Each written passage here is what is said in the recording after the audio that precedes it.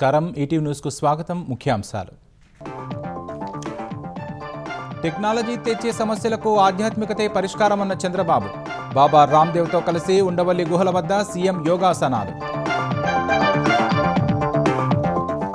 Krishnalanka police station నుంచి సాయి కృష్ణ అదృశ్యంపై ముమ్మర దర్యాప్తు స్వర్గపురిలోని శ్మశాన వాటికను పరిశీలించిన పోలీస్ అధికారులు తెలంగాణలో ఓటరు జాబితా సమగ్ర సవరణకు ఏర్పాట్లు జూలై 25 లోపు ఎనుమరేషన్ ఫామ్ సమర్పించాలన్న ఎన్నికల ప్రధానాధికారి రైతు బంధు ఆపేసిన రేవంత్ సర్కార్ రైతులకు మరణ శాసనం రాస్తుందన్న బీఆర్ఎస్ అన్నదాతలు ధైర్యంగా పాలకులను నిలదీయాలని కేటీఆర్ సూచన హనుమకొండ శివారు గుండ్ల సింగారంలో గుడిసెలు తొలగించిన అధికారులు యంత్రాంగంపై నిర్వాసితుల మండిపాటు ఎక్కడికెళ్లాలని ప్రశ్న నీట్ పునఃపరీక్షలో తప్పులు జరగకుండా పటిష్ట ఏర్పాట్లు మాక్ డ్రిల్ నిర్వహిస్తున్న ఎన్టీఏ కేంద్రాల్లో సన్నద్ధతను పరిశీలిస్తున్న అధికారులు అమెరికా ఇరాన్ మధ్య చర్చలను పట్టాలెక్కించేందుకు ప్రయత్నాలు జెనీవా బయలుదేరి వెళ్లిన అగ్రరాజ్యం ప్రతినిధి స్టీవ్ విట్కాఫ్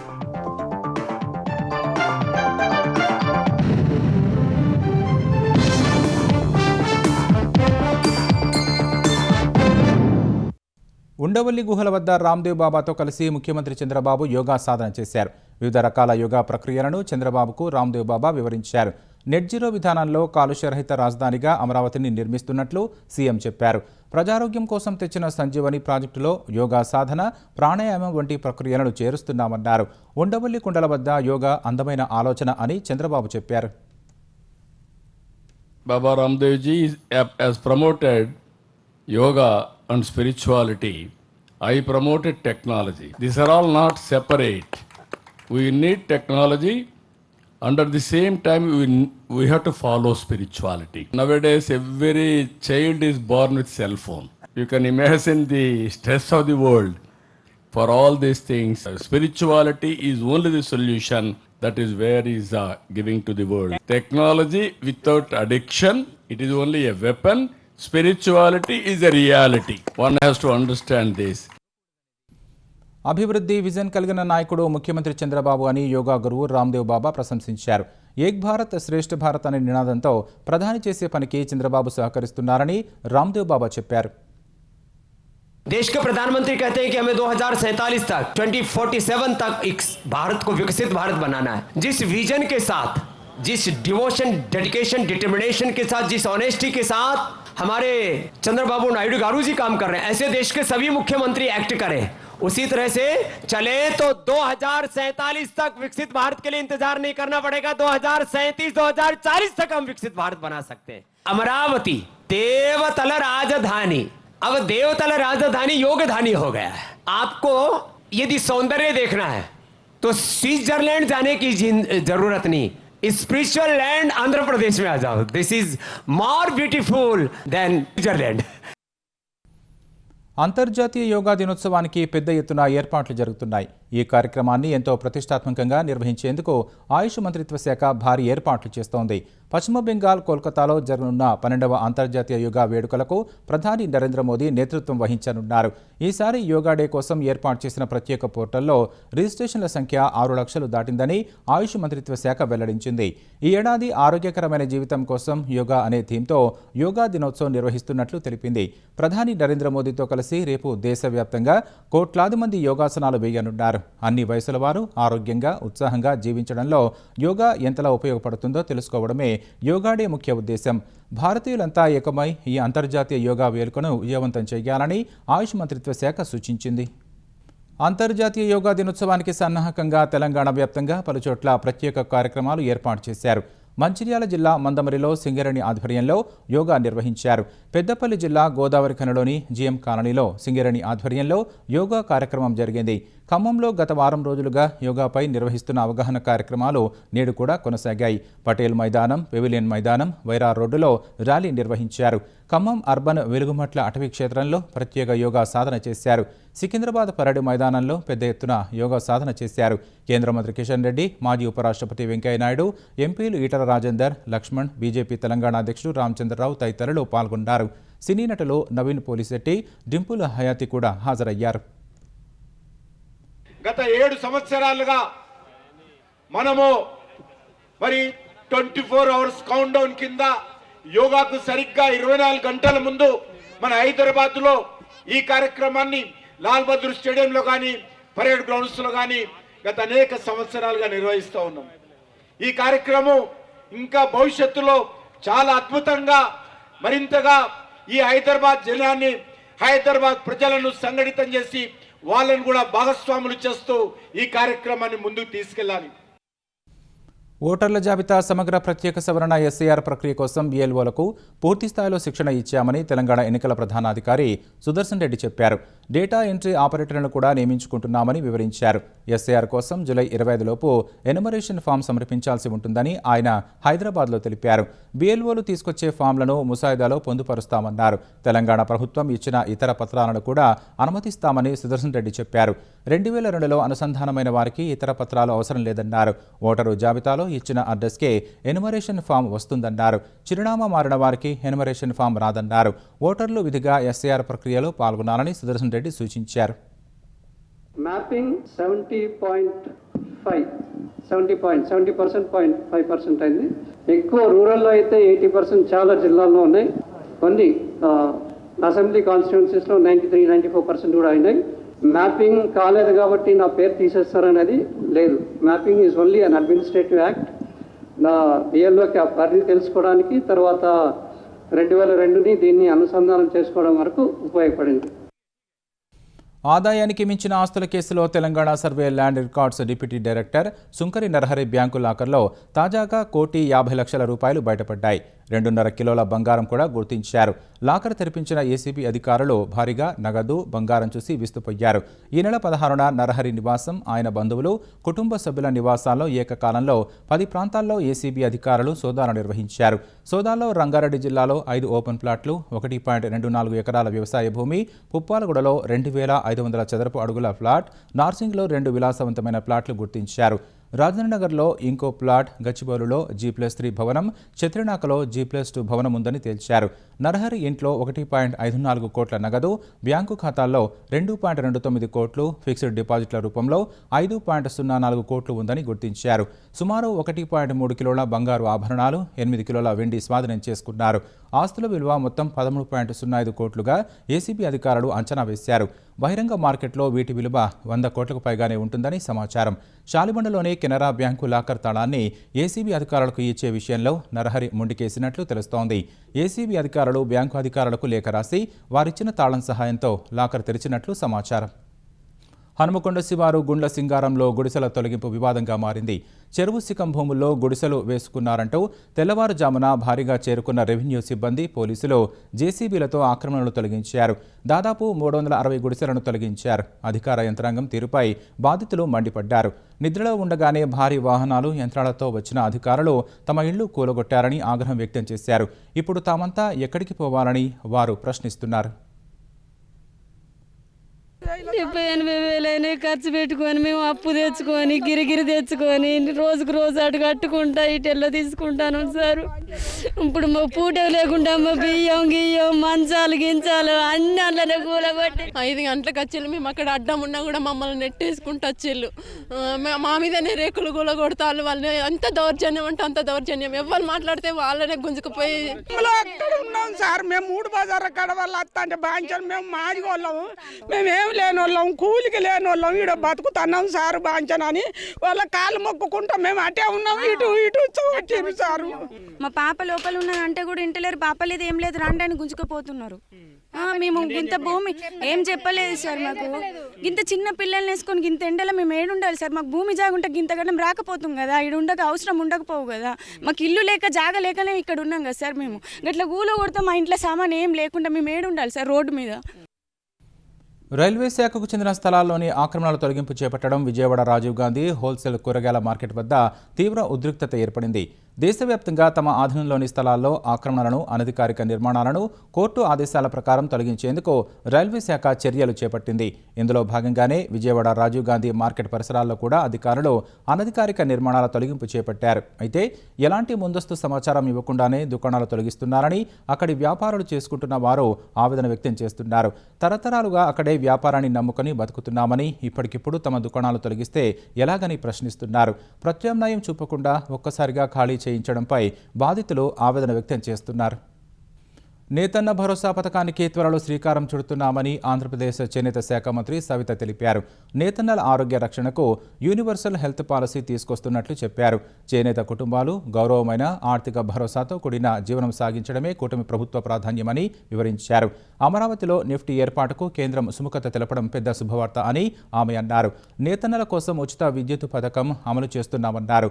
నేతన్నలకు ఉపాధి కల్పనే లక్ష్యంగా 10.44 కోట్లతో 10 చిన్న క్లస్టర్లు ఏర్పాటు చేస్తున్నామన్నారు.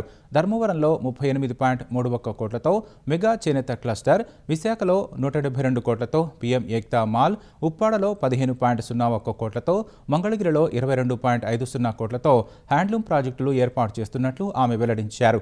2019-24 మధ్య గొడ్డలి పార్టీ రఫా అంటూ చేనేతల ప్రయోజనాలను నరికేసిందని మంత్రి సవిత ఆరోపించారు. మరి వైసీపీ ప్రభుత్వం చేనేతలకు ఏం చేసిందో మన అందరికీ తెలుసు.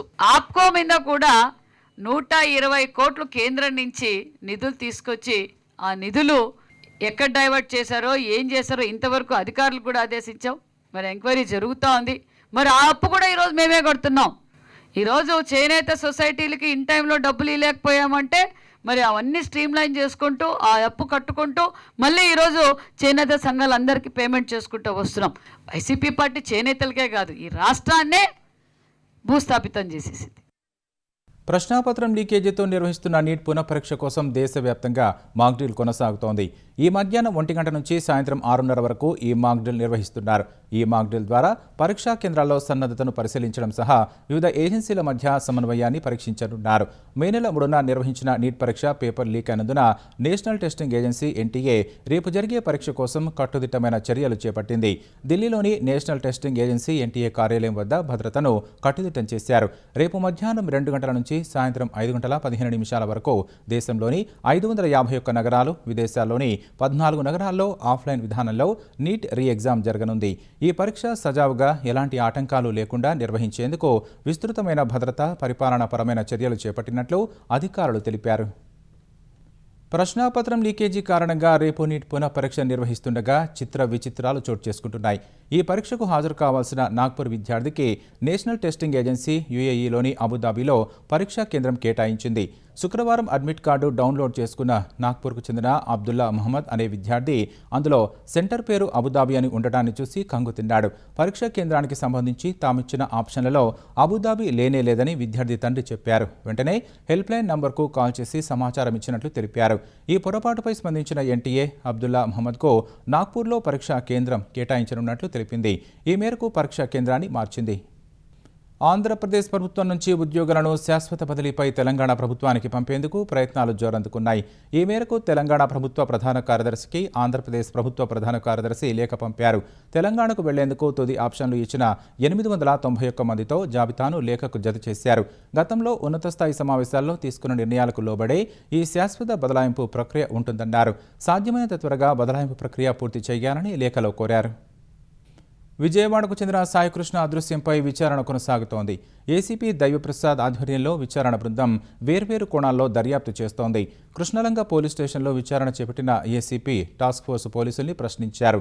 మార్కాపురం నుంచి సాయికృష్ణను విజయవాడ తీసుకువచ్చారా లేదా అనే కోణంలో విచారణ చేపట్టారు. స్టేషన్లో విధులు నిర్వహించిన పోలీసు సిబ్బంది వాంగ్మూలం నమోదు చేశారు. మరోవైపు పటమట సీఐ పవన్ కిషోర్ కృష్ణలంక స్వర్ణపులిలో శ్మశాన వాటికకు వెళ్లి అనాథ శవాల వివరాలను ఆరా తీశారు. సాయికృష్ణ మృతదేహాన్ని ఖననం చేశారనే ఆరోపణలపై స్వర్గపురిలో విచారణ జరిపారు. అక్కడి రికార్డులను పరిశీలించారు. మే 24, 25 తారీఖుల్లో ఏమన్నా అనాథ బాడీలు దహనం చేశారా ఆ రికార్డు ఇవ్వండి అని చెప్పని అడిగారు. 4 బాడీలు వచ్చేసారు. ఆ రికార్డు ఇచ్చాము సార్. 45-50 సంవత్సరాల వాళ్ళు. పేర్లు ఏమి లేవు సార్. సుమారు 45-50 సంవత్సరాల మగ మనుషులు మృతదేహాలు మాత్రం. అదేనండి, ఆ డేట్లో ఏమన్నా అనాథ శవాలు వచ్చాయా, ఏమేమి ఉన్నాయి మీ దగ్గర రికార్డు అని చెప్పి రికార్డు అడిగారండి. మాకైతే అనుమానం లేదు సార్. అది 25 మధ్యాహ్నం 12ంటికి అనుకోండి సార్. అవి 4 ఒకసారి కాదండి, విడివిడిగా చేస్తారు. రైతు బంధును బంద్ చేసిన తెలంగాణ ప్రభుత్వం రైతన్నల ఆత్మహత్యలకు కారణమవుతోందని బీఆర్ఎస్ కార్యనిర్వాహక అధ్యక్షుడు కేటీఆర్ ఆరోపించారు. అధైర్యంతో కళ్ళీళ్లు పెట్టుకోకుండా పాలకులను నిలదీయాలని ఆయన సూచించారు.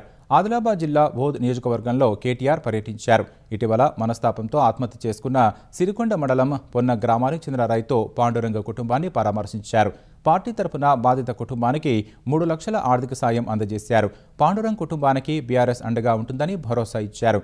పండించిన జొన్నను ప్రభుత్వం కొనుగోలు చేయనందుకే పాండురంగ ప్రాణాలు తీసుకున్నారని కేటీఆర్ ఆరోపించారు. అరుదైన వ్యాధితో బాధపడుతున్న చిన్నారి నిరంజన్కు సినీ నిర్మాత బండ్ల గణేష్ 5 లక్షల రూపాయల చెక్ అందించారు. హనుమకొండలో నిరంజన్ను పరామర్శించిన గణేష్ బాలుడికి అతని కుటుంబ సభ్యులకు ధైర్యం చెప్పారు. మనోధైర్యంతో చికిత్స కొనసాగించాలని సూచించారు. తర్వాత నారా భువనేశ్వరి జన్మదినం పురస్కరించుకొని నిరంజన్ కుటుంబానికి 5 లక్షల రూపాయల విలువైన చెక్కును అందజేశారు. బాలుడిని పవన్ కళ్యాణ్ పరామర్శించిన విషయం తెలుసుకున్న తర్వాత తాను కూడా తన వంతు ఉడతా భక్తిగా ఆర్థిక సహాయం అందించినట్లు గణేష్ తెలిపారు. నేను వాళ్ళ ఫాదర్కి డిపాజిట్ చేసుకోమ్మా ఈ 5 లక్షలు అని చెప్పడం జరిగితే, నేను కారు కొనుక్కొని కారులో తిరగాలనుందన్న పాపం కోరిక కోరాడు. నేను చెప్పే ఈ 5 లక్షలతో కారే కొనుక్కోండి, ఆ బాబుని తిప్పండి, ఇంకా నాలాంటి అభిమానులు మీకు అంటగా చాలామంది ఉంటారు, మీరు ఏం బాధపడద్దని చెప్పాను. వాళ్ళ నాన్నగారికి నా పరమేశ్వర ఆర్ట్ ప్రొడక్షన్స్ నా బ్యానర్ తరఫున ఈ 5 లక్షల రూపాయలు అందజేస్తున్నాను. రాష్ట్రపతి ద్రౌపది ముర్ము 68వ వసంతంలోకి అడుగుపెట్టిన వేళ ఆమెకు ఉపరాష్ట్రపతి, ప్రధాని సహా పలువురు ప్రముఖులు జన్మదిన శుభాకాంక్షలు తెలిపారు. సామాజిక సంక్షేమం పట్ల రాష్ట్రపతి ముర్ము చూపించే శ్రద్ధ దేశ ప్రజలకు ప్రేరణగా నడుస్తుందని ఉపరాష్ట్రపతి రాధాకృష్ణన్ కొనియాడారు. ప్రజాసేవ పట్ల అంకిత భావానికి రాష్ట్రపతి ముర్ము జీవితమే నిదర్శనమని ప్రధాని నరేంద్ర మోదీ కొనియాడారు. దేశ ప్రజలకు ఆమె స్ఫూర్తిగా నడుస్తారని పేర్కొన్నారు. ఈ మేరకు ప్రధాని మోదీ ఎక్స్లో ఓ పోస్టు పెట్టారు. దేశానికి మొదటి గిరిజన మహిళా రాష్ట్రపతిగా ముర్ము వెనుకబడిన పేద ప్రజల సంక్షేమం కోసం ఎల్లప్పుడూ ఆరాటపడుతుంటారని తెలిపారు. తెలుగు రాష్ట్రాల ముఖ్యమంత్రులు చంద్రబాబు, రేవంత్ రెడ్డి సహా కేంద్ర మంత్రులు, వేర్వేరు రాష్ట్రాల సీఎంలు ముర్ముకు పుట్టినరోజు శుభాకాంక్షలు తెలిపారు. అమెరికా, ఇరాన్ మధ్య వాయిదా పడిన చర్చలను పట్టాలెక్కించే ప్రయత్నాలు జరుగుతున్నాయి. వాస్తవానికి జెనీవాలో శుక్రవారమే చర్చలు జరగాల్సి ఉండగా దక్షిణ లెబనాన్పై ఇజ్రాయెల్ వైమానిక దాడుల కారణంగా వాయిదా పడ్డాయి. ఆ తర్వాత చర్చల ప్రక్రియను పునరుద్ధరించేందుకు అమెరికా తన ప్రయత్నాలను ఉధృతం చేసింది. ఇజ్రాయెల్, హెజ్బొల్లాలు కాల్పుల విరమణకు అంగీకరించేలా మంత్రాంగం చేసింది. జెనీవా చర్చల్లో పాల్గొనేందుకు అమెరికా రాయబారి స్టీవ్ విట్కాఫ్ జెనీవా బయలుదేరినట్లు యాక్సిస్ న్యూస్ ఓ కథనంలో పేర్కొంది. ప్రస్తుతం జెనీవాలోనే ఉన్న ట్రంప్ అల్లుడు జారెడ్ కుష్నర్ కూడా చర్చల్లో పాల్గొంటారని తెలుస్తోంది. పశ్చిమాసియాలో 3 నెలలకు పైగా సాగిన యుద్ధానికి ముగింపు పలుకుతూ ఈ నెల 18న అమెరికా, ఇరాన్లు ఒప్పందంపై సంతకాలు చేశాయి. 14 అంశాల ఆధారంగా యుద్ధ విరమణకు అంగీకారాన్ని తెలిపాయి. 60 రోజుల్లో తుది ఒప్పందం చేసుకోవడానికి చర్చలు జరపాలని ఇరు దేశాలు నిర్ణయించాయి. అందుకోసం జెనీవాలో ఇరు దేశాల ప్రతినిధులు సమావేశం కానున్నారు. ఇరాన్ అణు ఒప్పందంపై తొలి విడత చర్చలు జరగనున్నట్లు సమాచారం. రష్యా, ఉక్రెయిన్ మధ్య పరస్పర దాడులు కొనసాగుతూనే ఉన్నాయి. ఇరు దేశాల మధ్య వారం క్రితం నుంచి జరుగుతున్న డ్రోన్ దాడులు మరింత తీవ్రమయ్యాయి. కీలక ఇంధన వనరులు, సైనిక రవాణా వ్యవస్థలనే లక్ష్యంగా చేసుకుని 2 దేశాలు దాడులు చేసుకుంటున్నాయి. గత వారం నుంచి ఉక్రెయిన్కి చెందిన పరిశ్రమలు, చమురు, విద్యుత్ కేంద్రాలు, సైనిక విమానాశ్రయాలపై దాడులు చేసినట్లు రష్యా రక్షణ శాఖ వెల్లడించింది. అలాగే ఉక్రెయిన్ ప్రయోగించిన 3,909 డ్రోన్లను తమ రక్షణ వ్యవస్థలు కూల్చినట్లు రష్యా ప్రకటించింది. మరోవైపు రష్యా రాజధాని మాస్కోలోని ప్రధాన చమురు శుద్ధి కర్మాగారంపై ఉక్రెయిన్ డ్రోన్లతో దాడి చేసింది. ఆ సంస్థలో చమురు శుద్ధి పనులు నిలిచిపోయాయి. ఈ ఉద్రిక్తతల నేపథ్యంలో ఉక్రెయిన్ అధ్యక్షుడు వ్లాదిమిర్ జెలెన్స్కీ కీలక వ్యాఖ్యలు చేశారు. రష్యాతో మళ్లీ శాంతి చర్చలు జరపడానికి తాము సిద్ధంగా ఉన్నామని ప్రకటించారు. అయితే చర్చల్లో ఖచ్చితంగా వేరే దేశాల భాగస్వామ్యం ఉండాలని, యుద్ధం తర్వాత ఉక్రెయిన్ భద్రతకు గ్యారంటీ ఇవ్వాలని కోరారు. యూరోపియన్ యూనియన్లో చేరేందుకు ఉక్రెయిన్ను అనుమతించాలని చెప్పారు. జెలెన్స్కీ ప్రకటనపై రష్యా ప్రభుత్వం స్పందించాల్సి ఉంది. బంగ్లాదేశ్లో మైనారిటీలు హక్కులు, మత స్వేచ్ఛ లక్ష్యంగా హిందువులు మరోసారి పోరు బాట పట్టారు. శ్రీరాముడి చిత్రపటాన్ని అవమానించిన ఘటనను నిరసిస్తూ రాజధాని ఢాకాలోని షాబాగ్ కుడల నుంచి హిందూ సంస్థలు, విద్యార్థి సంఘాలు భారీ ర్యాలీ నిర్వహించారు. ఢాకా నగరంలోని ప్రధాన వీధుల గుండా ర్యాలీ సాగింది. గాయబాంధా జిల్లాలో నిర్మిస్తున్న శ్రీరాముడి ఆలయం, ఎత్తైన శ్రీరాముడి విగ్రహం నిర్మాణ పనులను కొందరు దుండగులు అడ్డుకున్నారు. శ్రీరాముడి చిత్రపటాన్ని అవమానించడం తీవ్ర ఉద్రిక్తతలకు దారితీసింది.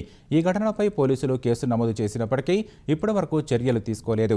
కనీసం అరెస్టు చేయకపోవడంపై హిందూ సమాజం తీవ్ర అసంతృప్తి వ్యక్తం చేసింది. కాగడాల ర్యాలీ తర్వాత నిరసనకారులు బంగ్లా ప్రభుత్వానికి 72 గంటల అల్టిమేటం జారీ చేశారు. శ్రీరాముడిని అవమానించిన నిందితులను 3 రోజుల్లో అరెస్టు చేయాలని డిమాండ్ చేశారు. అప్పటిలోపు చర్యలు తీసుకోకపోతే నిరసన కార్యక్రమాలు ఉధృతం చేస్తామని హెచ్చరించారు. మనీ లాండరింగ్ నియంత్రణ, ఉగ్రవాద కార్యకలాపాలకు నిధులను అడ్డుకునేందుకు ప్రపంచవ్యాప్తంగా ప్రమాణాలను నిర్దేశించే financial action task force FATF ఉపాధ్యక్ష పదవి తొలిసారి భారత్కు దక్కింది.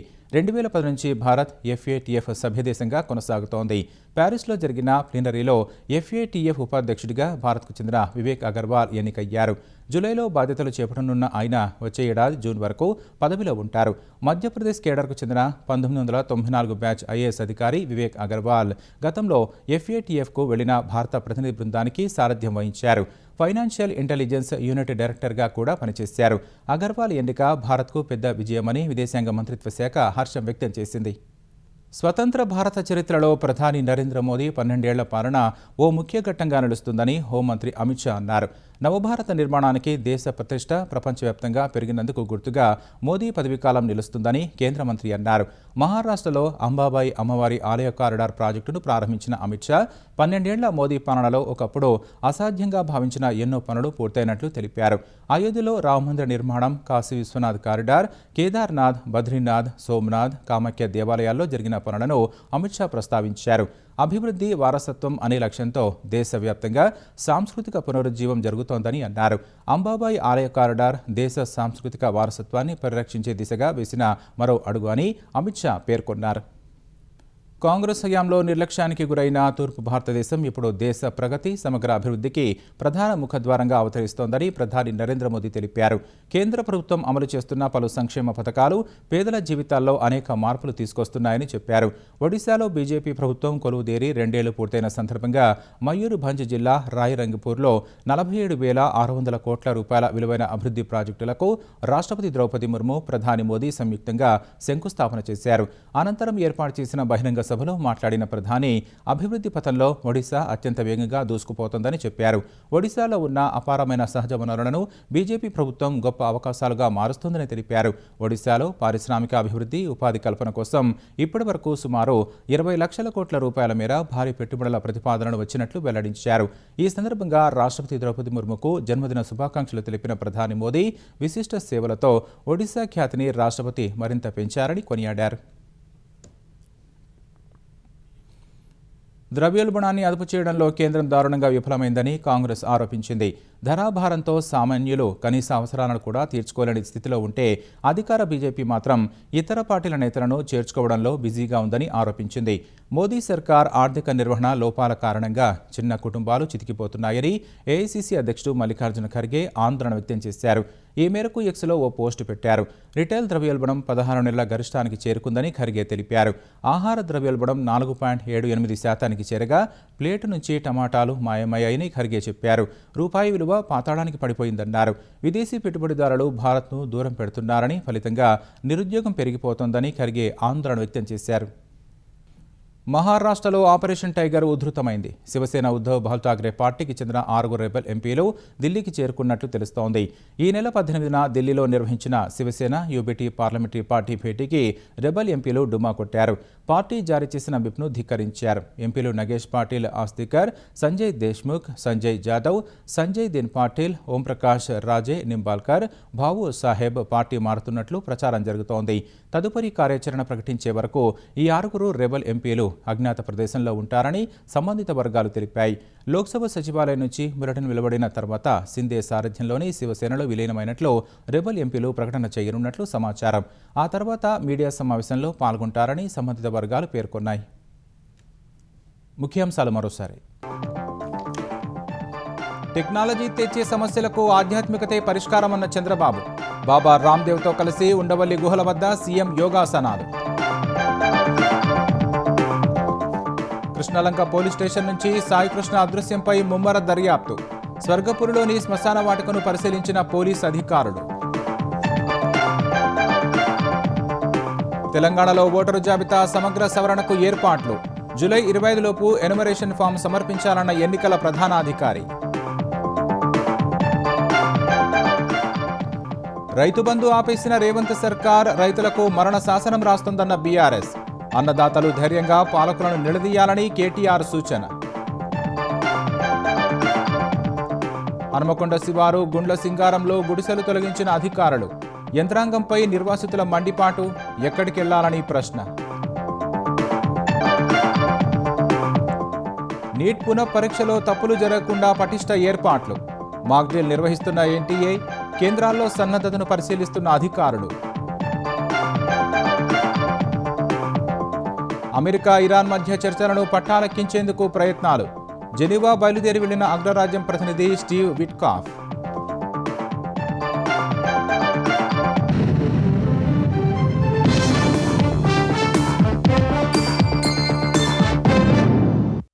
ఈటీవీ న్యూస్ సమాప్తం. నమస్కారం.